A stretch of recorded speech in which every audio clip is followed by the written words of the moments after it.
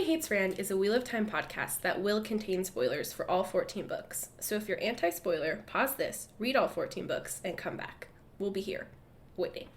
Our title is a joke and is meant to be taken as such. In the context of this podcast, everybody refers to us and our cat.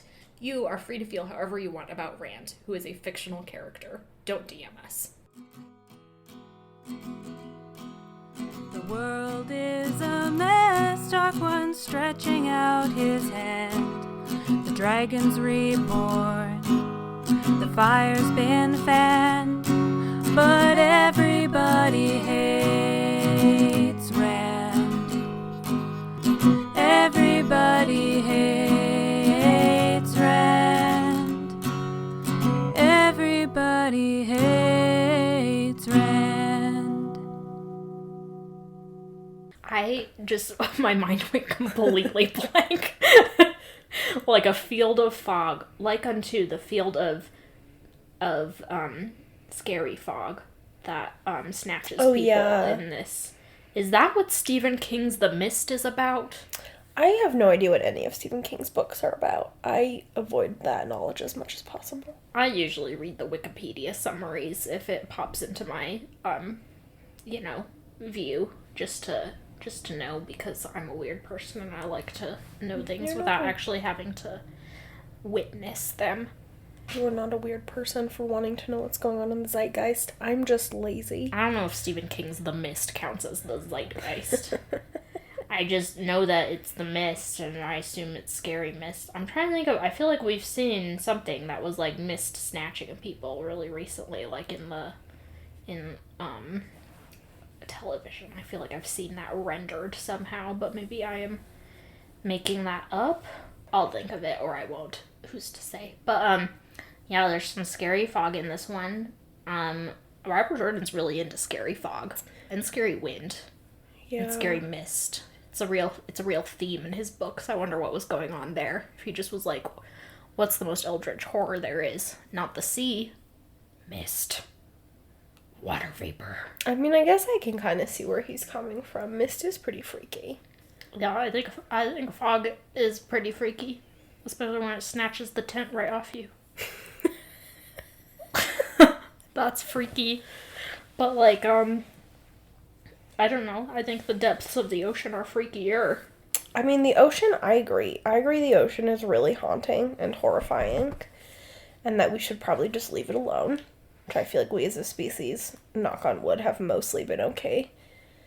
Like, we've gone to space before we've gone to the most parts of the ocean. But Robert Jordan does mostly have quite a landlocked continent, so... Yeah, I think I'm just complaining that there's not enough, naval settings. I think I just like sailing ships, you know? Yeah. And I don't like sailing ships with the caveat that they're inhabited only by the sea folk who Robert Jordan is racist against. Yes. Even though he made them up, he's racist against them. So, yeah, I just think the ocean is neat. Okay, this is... oh my god. Sure. Why does anyone listen to this? I don't know, it's really beyond me. After last week's use of the word nubile, hopefully we lost most of you. Hopefully you freed yourself of this. I like to imagine someone heard that and was just like, goodbye, click stop on their podcast. Unsubscribed. Player. That's it. That's enough for me. This is Everybody Hates Rand. If you're still listening, it's your friendly neighborhood Wheel of Time podcast. I'm Emily Jushaw. I am Sally Goodger. What would your fake name be if we had made this What would my names? fake name be? What would my fake name be? What a great question. I've never had, like, an alias on the internet. I've always used but every day I think more and more I should have one. Yeah, I mean, that's fair. That's totally fair. Sometimes I think about people who, like, use their real name on the internet and have, like, several thousand followers, like 50,000 followers, 100,000 followers, and I'm like, God, people must be really up in your business. Yeah. I feel like people are up in my business, and I have 300 Twitter followers. Yeah. My fake name. I don't know. I feel like I would want it to be funny, and I can't think of anything funny.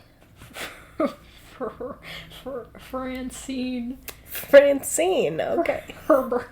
Francine Herbert? Are you just pulling names off the shelf? I just saw Frank Herbert. Francine, I'll be Francine Herbert. Okay. That's a good one. This is Francine Herbert. I don't even like to. Oh wait, that was supposed to remain mysterious. You're not supposed to know how I feel about Dune. So we read 2 chapters today. Still about Rand. Still in his... He's coming off the high of having dealt with, in quotations, the sea folk. He didn't really finish dealing with them. He just sort of, like, tallied up that W and was like, that's done. I want to keep riding this high. Arguably, Rand has come out of a depressive state and entered a manic state. Yes, I was going to say exactly the same thing. He's very manic in these chapters, he's especially pretty, at the beginning. Yeah, he's pretty manic and, like, is not listening to reason. Yeah, like, Min is like, maybe we shouldn't go to the rebel army in the forest, just me and you. And he's like, Min, don't be ridiculous. He's like, I'm the Dragon Reborn. Everything is coming up Rand today.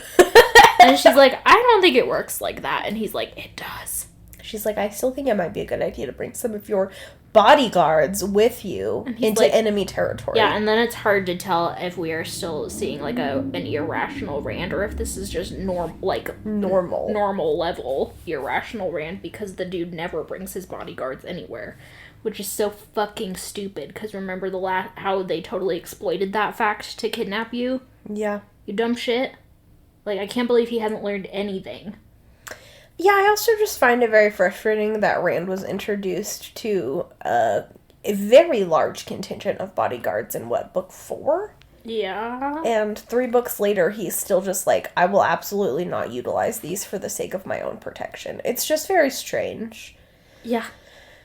Like, I get it. They would be annoying, but Robert Jordan, like, leans into that way more than he leans into Rand being like, here's how I can use them. Does that make sense? No, I find the idea of having somebody with you 24 hours a day really upsetting. Like, if I were ever personally to have a bodyguard in some alternate universe, I would really struggle with that, and I think that's interesting to explore. But Rand's solution to that just being like, I will ignore the fact that I have a bodyguard at all. It's very strange. Yeah, there's just, like, also a level of condescension to it. Yeah. Like, he doesn't take seriously the maidens. Yeah. He's like, well, I need to keep them safe. Yeah, which is just such another... I mean, we've talked about it enough. It's just such a level of idiocy. No, but I think it's a good point to bring out the condescension in that. He's like, I need to keep them safe. Absolutely does not recognize. And I think Sulin brings this to the forefront a lot. Absolutely does not recognize that these are highly trained warrior women who are very competent and probably better at fighting than Rand is. Yeah. Oh no, they're not better at fighting than Rand is, because no one's better than fighting at Rand. He is a sword master. Excuse me, blade master. Excuse me, Dickmaster. You know, like the stairmaster. The Dickmaster 3000. His Dickmaster 3000 over here is so good at swords, despite having only picked one up 2 years ago. God, fucking damn it. I hate him, and I hate Robert Jordan. It's okay. Negativity be gone. Good haiku reference. Yeah, speaking of idiocy, though, Min starts out this chapter thinking, I'm not a dumb type of woman who cares about men and thinks about interior decorating, but I sure do like to think about the interior decorating of Rand's apartments, because nothing's more important than how my man feels when he looks at the tapestries or whatever. Yeah. And it's like, Robert Jordan's, like, speaking of condescension, you know, Robert Jordan's inability to treat women, his own women characters, as though they aren't women with, like, as though they aren't just people with empty-headed little dolls. Oh, I know. Out of a Better Homes and Gardens magazine, or a Victoria's Secret magazine, depending on the moment. Somehow he's put Better Homes and Gardens and Victoria's Secret together so that the woman is both a sexy virgin woman with probably big tits and the type of woman you can make a home with. Not saying that those two are mutually exclusive, Like, you can be sexy and a good homemaker. I can't believe I just used that phrase. But Robert Jordan is like, women need to be certain things. They need to be sexy. They need to be interested in homemaking. They need to be virgins. And I will mix all these magazines together to create Min in this scene thinking about how she would love to redecorate her boyfriend's room. Yeah, Robert Jordan's collage of femininity includes the following. Yeah. Interior decorating skills. A fucking tight pussy.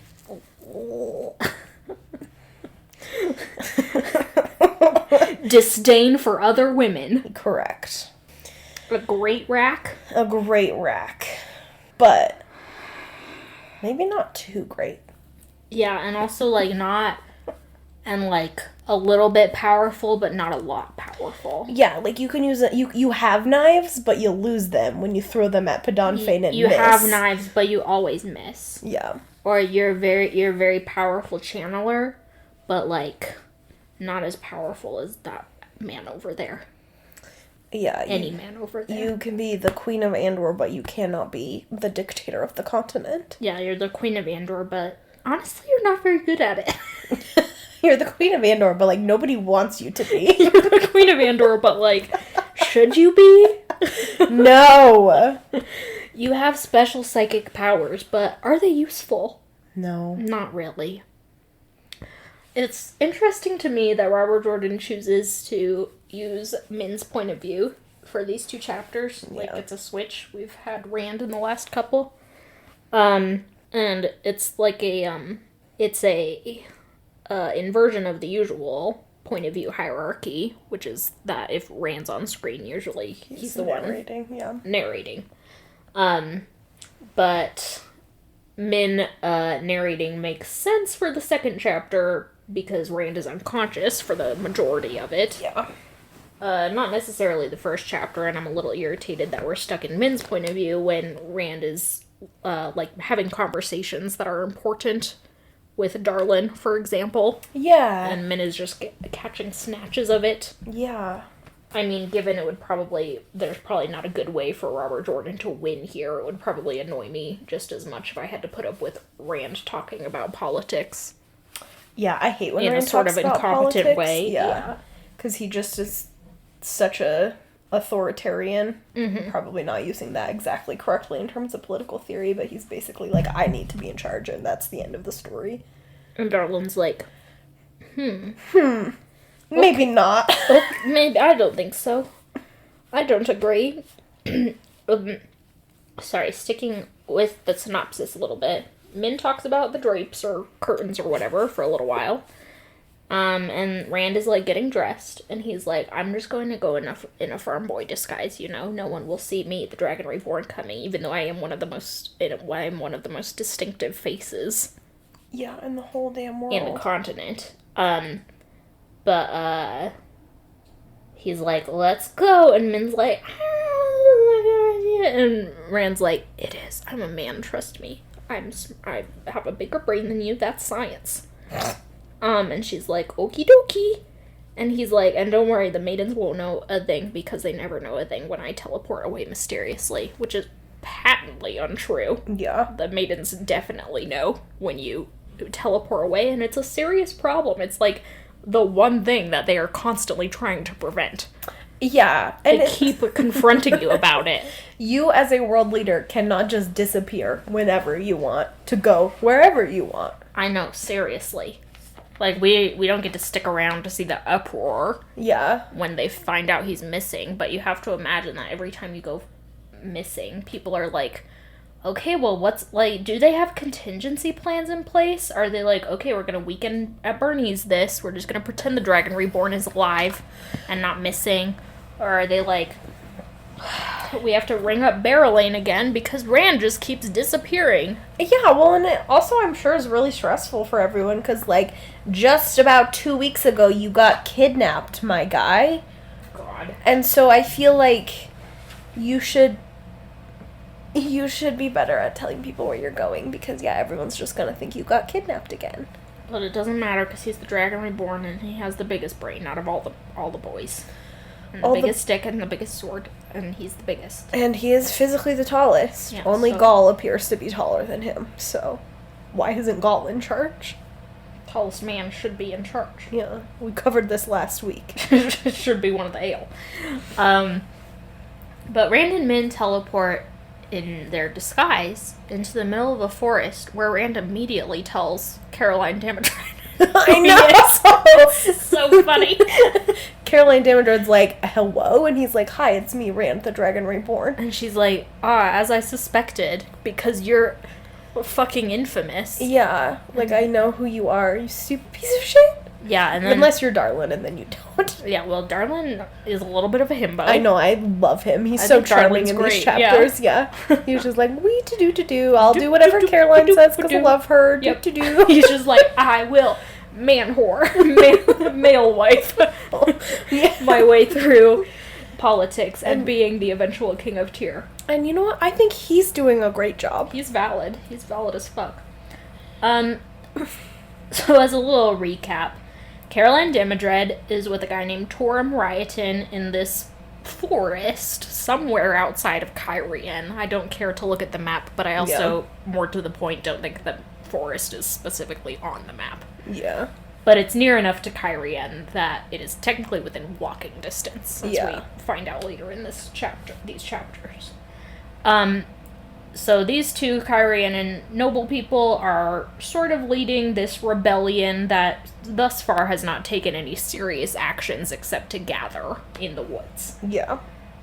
Separate from that, Darlin, Cisnera, is a Terran nobleman who is also sort of gathering a passive uprising closer to Tyr in this place called the Haddon Merc, I think. Mm-hmm. So Rand has sort of had that on the back burner for at least a book and a half. Yeah. And has not done anything about it, and thus far that strategy has not really been a problem because none of these people seem to be doing anything. Yeah. And in these chapters, there's also no indication that they are ever going to do anything. Yep. So... There's no, like, plan. Yeah. Anywhere. So why there is subplot is a little bit unclear. You know, looking at this from a macro storytelling point of view, it is, I guess, nice to know that the nobility aren't just all laying down for Rand. There is some definite, like, opposition. Mm-hmm. But having them be, like, this weak, toothless opposition doesn't necessarily accomplish anything. Yeah. Except maybe prove Robert Jordan's point, which is that most of these people are useless. Yeah. But then, that's why they need Rand Althor, a dictator, in charge. Yeah, the dictator. The dictator. Really putting the dick in dictator, We're really using the word dick a lot in this episode, but... Listen, we have an explicit rating on iTunes, so we can say it as many times as we want. Yeah. I'm not out here trying to censor myself. So, why Rand even feels that he needs to deal with these people is kind of... Like, I want him to deal with them because it's a dumb subplot that I want to be gone, you know? Yeah. As a reader, I want that. But as, on a separate level, I'm like, what if Rand just ignored these people? I feel like they'd eventually just go away. Yeah, like they haven't done anything in the last book and a half. Yeah. Are they gonna do anything now? Doesn't seem like it. But that's what's going on. So Rand and Min teleport into these woods, and, like, immediately, I guess because Rand's Taviran, Caroline Damodred comes riding out with a crossbow, and is like, who the fuck are you people? And Rand's like, I'm Rand Althor, the Dragon Reborn, and this is Min. And Caroline Damodred's like, yeah, I sort of figured because you literally teleported into the middle of a forest, and you're a tall redhead dude. Yeah. So, like, fucking obviously. He's like, yeah, it's nice to meet you. Caroline, for the record, is related to Moiraine. They look pretty similar, but they're just cousins. Yeah. I don't know how well they actually knew each other. But as they are, I don't remember anything they say, but a minute later, Darlin and a sort of contingent of people, apparently they're out sporting, hunting, come up. And Darlin's like, hey, Caroline, you almost hit me when you fired your crossbow into the air, which at least is some verisimilitude I can get behind. when you shoot up into the air, it does come down eventually. Yeah. But Darlin's like, who's this? Just a total idiot. Who's this man in the middle of the forest? This man in the middle of the woods in a peasant coat. And Caroline's like, oh, this is my cousin, Thomas. And his wife, JC. Why Caroline isn't just like, this is the Dragon Reborn, and he's in our power, wahahaha, can only be explained by Rand's Ta'veren influence, which I guess is still going strong, and Caroline herself notes later in the chapter, she's like, it seems like he has put me under some sort of spell. Yeah. It would be refreshing if Caroline did this under her own power, and for reasons her own that were rational. Yeah, political reasons. Like, I mean, she's dealing with two different men who want to marry her. Yeah. Darlin and Riotin. Caroline's in a tight spot. Yeah. Dang, we're in a tight spot. So if she were just like, I'm going to try and gain some power, some leverage, Yeah, that as would it be were, cool. that would be interesting, rather than Rand's forest of coincidences power. But coming instead, later. Caroline is, like, immediately, as soon as we meet her, relegated to a sexy lamp. Where two men are interested in her, she's not doing much except to ride next to men, while the men talk about politics. Yep. I think Rand and she do briefly talk, but not, like, extensively. Yeah, I can't really remember, but yeah, it's definitely, Darlin who's doing the political power of this situation. Yeah, it seems like Rand has to convince him. Yeah. And Rand, obviously they're surprised to see Darlin, because he's supposed to be in Tyr, and Rand comments on it, and Darlin's like, oh, we came up on a boat, because we just wanted to hang out. And now I've met Caroline, and I'm hanging out because I want to marry her. Mm-hmm. Caroline seems at least somewhat receptive to this. Min, of course, has a viewing saying that they will get married, so there's that. But also just, like, Caroline's behavior later when they dismount. Darlin offers his arm, and she takes it. Stuff like that. So, he's not a dick. Darlin isn't. Would find Darlin very hard to resist if I were he's Caroline very Davidson. charming. He's very charming. Min comments the entire chapter about how he has an ugly nose. I'm like, could you calm down, bitch? Yeah, we are supposed to be, like, slowly charmed into liking Darlin the way Min is. Mm-hmm. Min's like, he's not a pretty man, but he does have lovely eyes. And then later she's like, well, he really has a great laugh. Yeah. And actually he's a really good guy. And it's like, you could just be, like, not commenting on his looks right off the bat. Yeah. Min, you're so rude. I mean, that's every narrator in the Wheel of Time does that. Yeah, Is that's like, this true. person, I'm just going to rank this person immediately on the hot or not scale. But it's like, it is fine to know that Darlin is just a chill dude. Yeah, the further you get into Wheel of Time, especially because Robert Jordan tends to repeat certain things, like, oh, she's a handsome woman, but not beautiful, and he's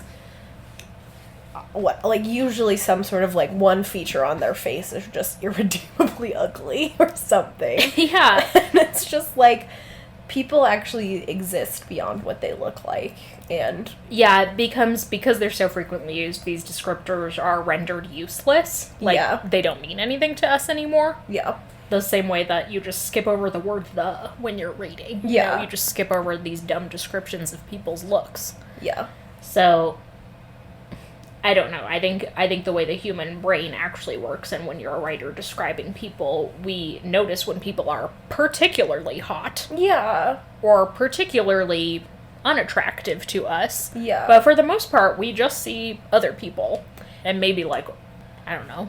Yeah, honestly, it's very strange to me when writers are like, I mean, I wouldn't want to group everyone, let's stay focused here on Robert Jordan, but it's like he's so determined to make each person he introduces an quote-unquote individual, rather than just being like, this is a person who's the innkeeper at this random inn that we will be at for 3 pages. Like, I don't need to know how fat she is, or how big her boobs are, or how even old she is. It can just be like, a woman, the innkeeper, and it's The like, end. okay. And I will just, like, paste my little personal a woman onto that random description.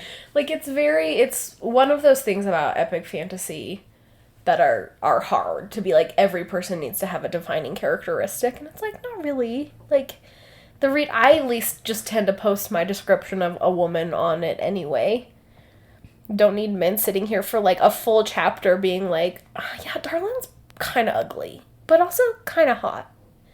I really can't decide. And it's just like, not every character is a playable Dungeons and Dragons characters. NPCs are cut and paste for a reason, you know? Yeah, and also it's just like another poor reflection on men that she has to spend the entire chapter deciding if she's attracted to a man or not.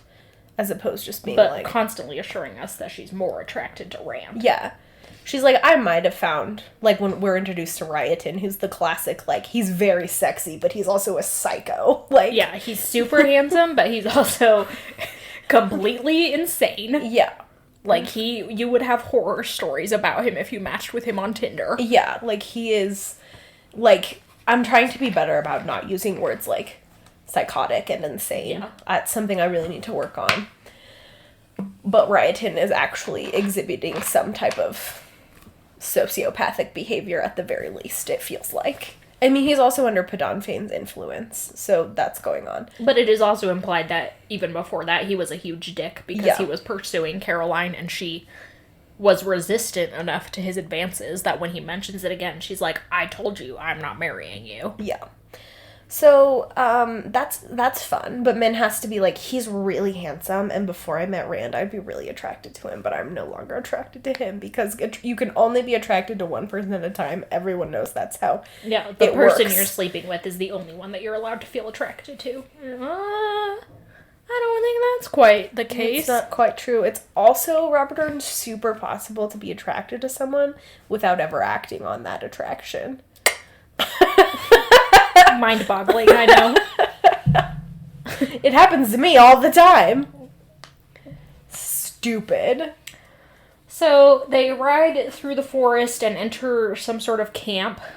I don't recall, but I don't recall specifically, I should say, but I also don't recall there being really a good idea of, like, how big this gathering is. Yeah. How many people there are. Is this something that Rand should actually feel threatened by?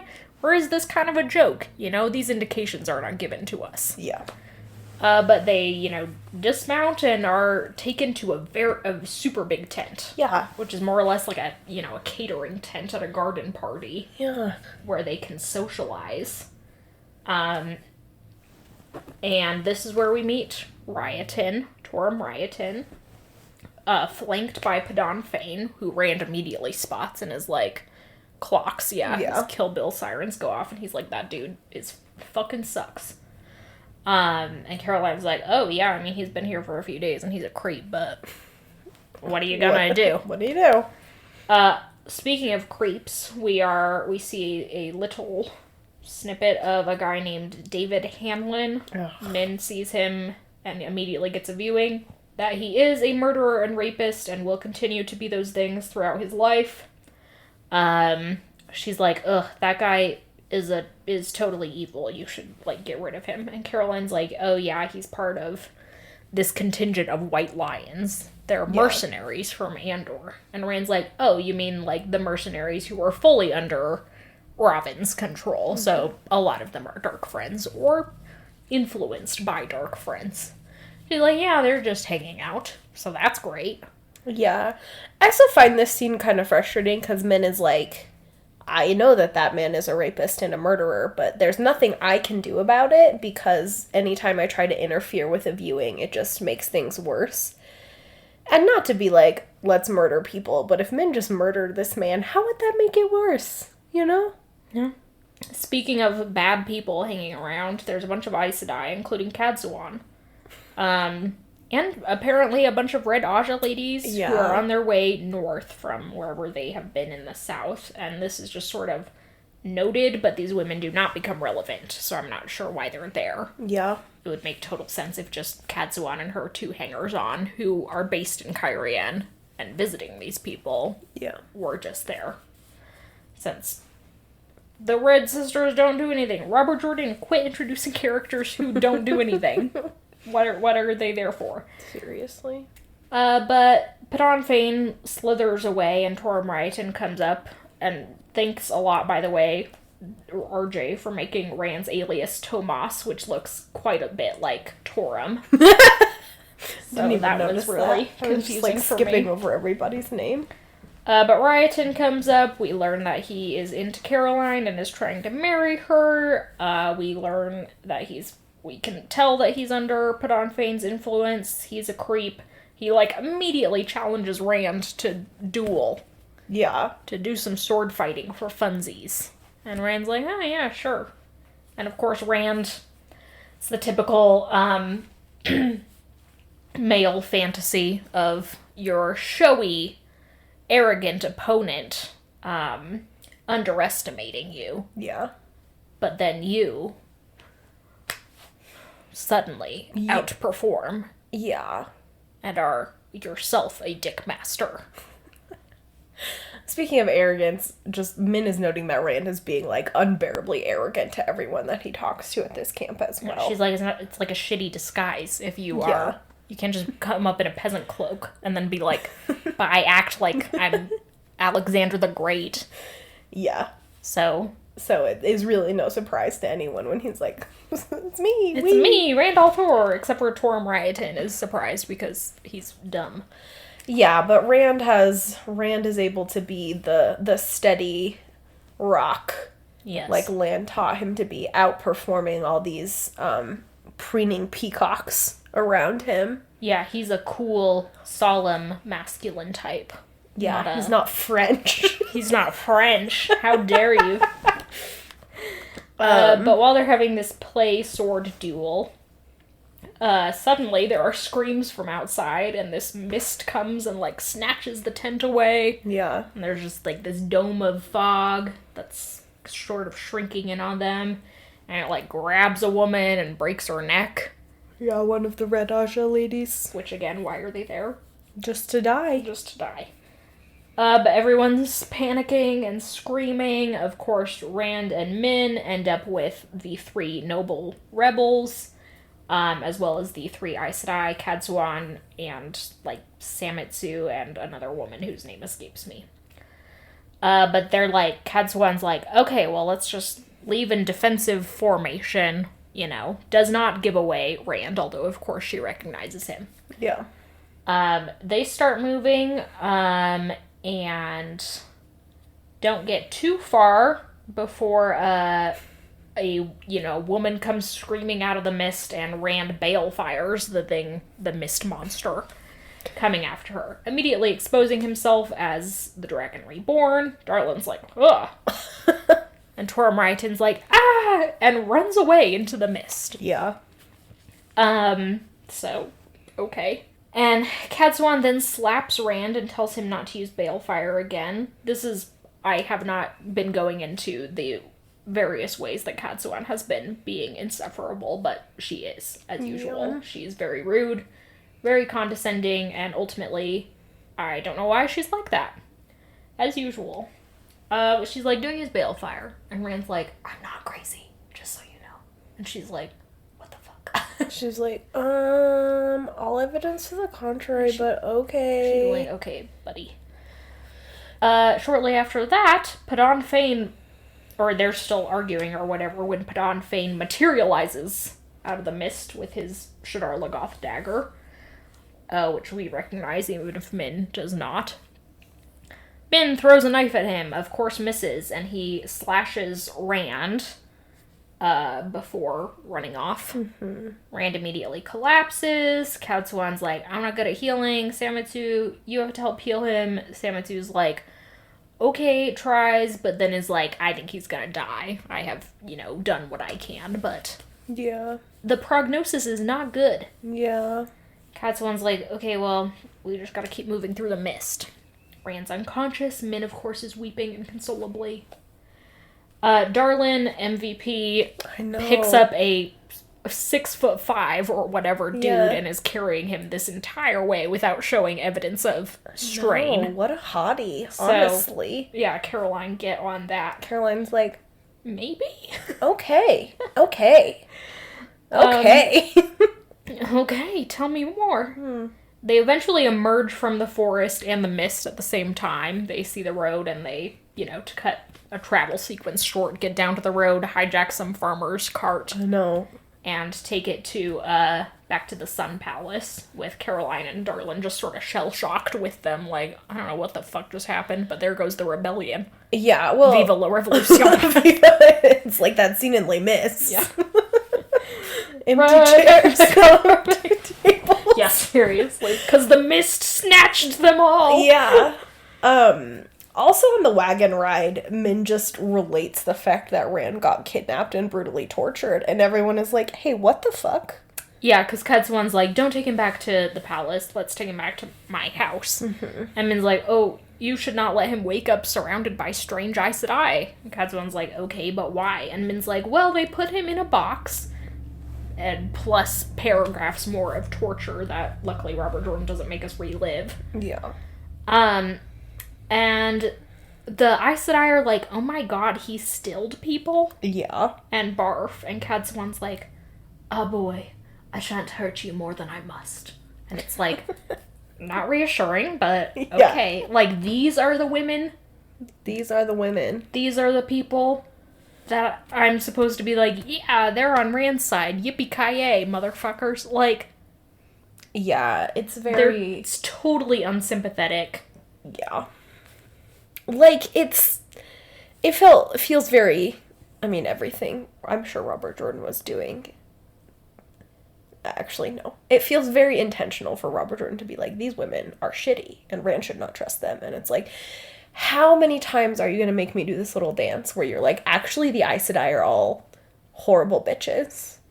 Gatekeeping, gaslighting girl bosses. And it's like, yeah, fucking, I get it. I know. Like, you don't have to keep showing me no one how in this horrible they are. Stupid book series is trustworthy or nice or kind to each other. Everyone's just in it for the goddamn power. I fucking get it, Robert Jordan. Yeah. Do I have to, like, live through it?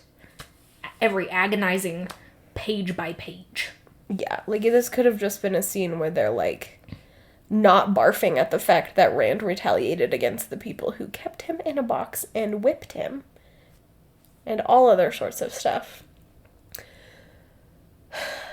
It's just they wild. Could have just said nothing. Yeah. Yeah, because you could have so easily had these women been like, what? Yeah. Oh my god. Like, unsympathetic to the fact that any Aes Sedai would be stupid enough to do that to the Dragon Reborn. Yeah. Be like, what the hell? Even if they were just like, what was Elena thinking? Yeah, even that would be more acceptable to me. Yeah. They don't necessarily have to be like, oh, poor Rand. Yeah, I mean, they don't have to be like weeping over his trauma. I get it. They're cold women. They don't feel anything. Whatever. But yeah, if you could just be like, have a modicum of something that I'm not expecting. Yeah. God. Whatever. They get to the palace. Everyone is like, hey, what the hell? So is the Dragon Reborn dead? Cutsuan's like, he's not dead, like 9 times. Yeah. He's not dead. He's not dead. They take him to his bedroom and are like, everyone gathers around and is like, well, guess he'll what die. now? Until who should show up. Yeah, Amis also shows up. And Cutsuan's like, I want to get in on whatever the wise ones have going for them. And it's like, okay, yeah, mutual girl bosses. We get to join a club. Yeah, then the Ashman show up. Dashiva's like, you can't just let him die. Flynn, do your jazz.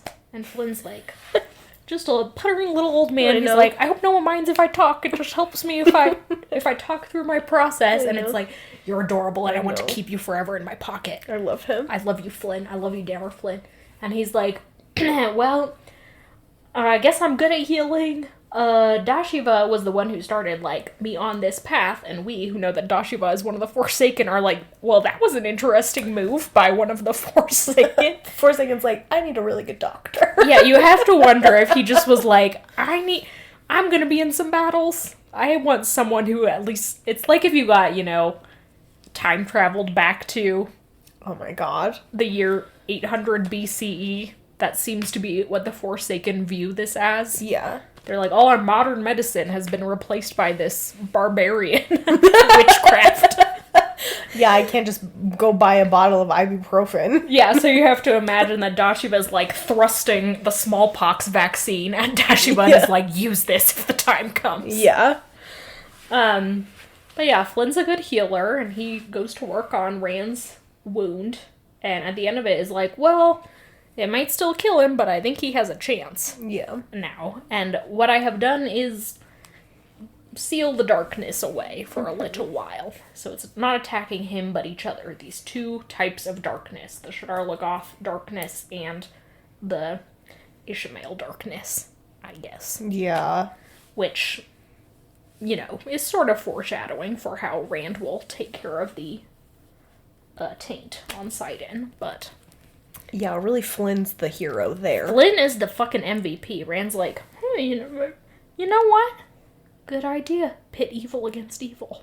See who wins. That sounds... Damn it, Flynn, you little genius. Yeah, that sounds wildly efficient. Way more efficient than anything else in this series. Yeah. Let the evils eat each other. So Min, like, curls up next to Rand and is like, I can't do anything but be there for him. I'm but a useless woman. God, she really is, like, doing the most to be the most useless in this chapter. Like, of maybe all the chapters she's ever in. She's pretty useless throughout. But yeah, we leave Rand convalescing and with a chance of survival, which we're pretty sure that he'll take since he's the Dragon Reborn. And it's only book 7 out of 14. Okay, but, like, how funny would it have been if Rand was like... I'm telling you, Weekend at Bernie's. Nothing can touch me today. I'm Ta'Viren. He dies! And then he fucking dies! Like, could you, Oh like, my God. the creator is up there just like, LMAO! The creator's like, hubris. Yeah. That's what that is. You're dead. You're fucking dead. Surprise, now Matt's the Dragon Reborn. Matt can suddenly channel. God, I would not want to do that to Matt. Poor little guy. Actually, Demmer Flynn's now the Dragon Reborn. Got me there. He's in charge. Yeah. He's just neat, I think. Caroline and, Darlin, by the way, got sort of swept up Yeah. in the chaos, and Min's like, well, hope they're okay. And it's like, they're known rebels. Yeah, like... I wouldn't trust that they're just okay. Yeah, like, maybe offer them some protection or something. But, so we leave that volatile situation, just sort of where it is, to return to Abu Dar. Mm-hmm. And, you know, spoiler alert, we're mostly going to be in Abu Dar for the next little while, with one fairly long chapter left with the Rand crew. And there's a lot to do with the Rand crew. I know, for one chapter. He's gotta kill Samael and everything. Yeah, he's gotta fucking kill Samael, he's gotta wake up and deal with shit. There's a lot going on. But that's that. That is that. We will be back next week for the exciting climactic sequence in Abu Dar. Thanks for listening. Thanks to Glenna McKenzie for our theme song. Thanks to our patrons on Patreon. Yeah. And our followers on social media. Do you have anything to add? No. Ooh. Okay. You have a sign off? Yes. Yeah, you told me yesterday that you would have one. I thought it was sort of amusing in the way that Lifetime small life horrors are amusing. Oh, okay. I was in therapy yesterday, as I am every week, and we were talking about some tough stuff. We were talking about specifically something, like I was specifically talking about my mom, and I was crying, and I wasn't crying for anything about my mom, I was crying about something that happened to my mom that really upsets me. And my mom always calls me during therapy. It's like this annoying habit of hers to be like, I have to call during the 4 or 5 to 5 o'clock hour on Tuesday. It's like Pavlovian, even though I never answer. So we're nearing the end of my session, and she calls me, and it shows up on my Apple Watch. Mm-hmm. And I, like, put my phone down, being like, just checking to make sure it wasn't, like, I don't know, I just always check, you know? So I put it down, but I guess I answered on my Apple Watch. So I was like crying, and I was starting to say something about my mom, and my mom was like, "Oh my god, are you okay? Why are you crying?" And I was like, hang up on my mom. So it would have been fine if she'd heard what I was saying. It would have just been a little awkward. Yeah. So check your Apple Watches, kids. Maybe take them off during therapy. Oh my god. My life span decreased. I know, because it's like, what if I had been saying something bad? Like, I don't usually talk shit to my mom. Well, but therapy is where you talk shit about people. Yeah, like, that's my safe space to be like, I'm frustrated with something that happened. That doesn't mean I don't love a person. I'm just frustrated, you know? That's why you have a therapist. Sheesh! One of the cats is scratching. Hey! So anyway, that was my horror. Tibble, get out. You bastard. Tibble, what are you doing? Scratching my chair. Okay, everyone. Goodbye.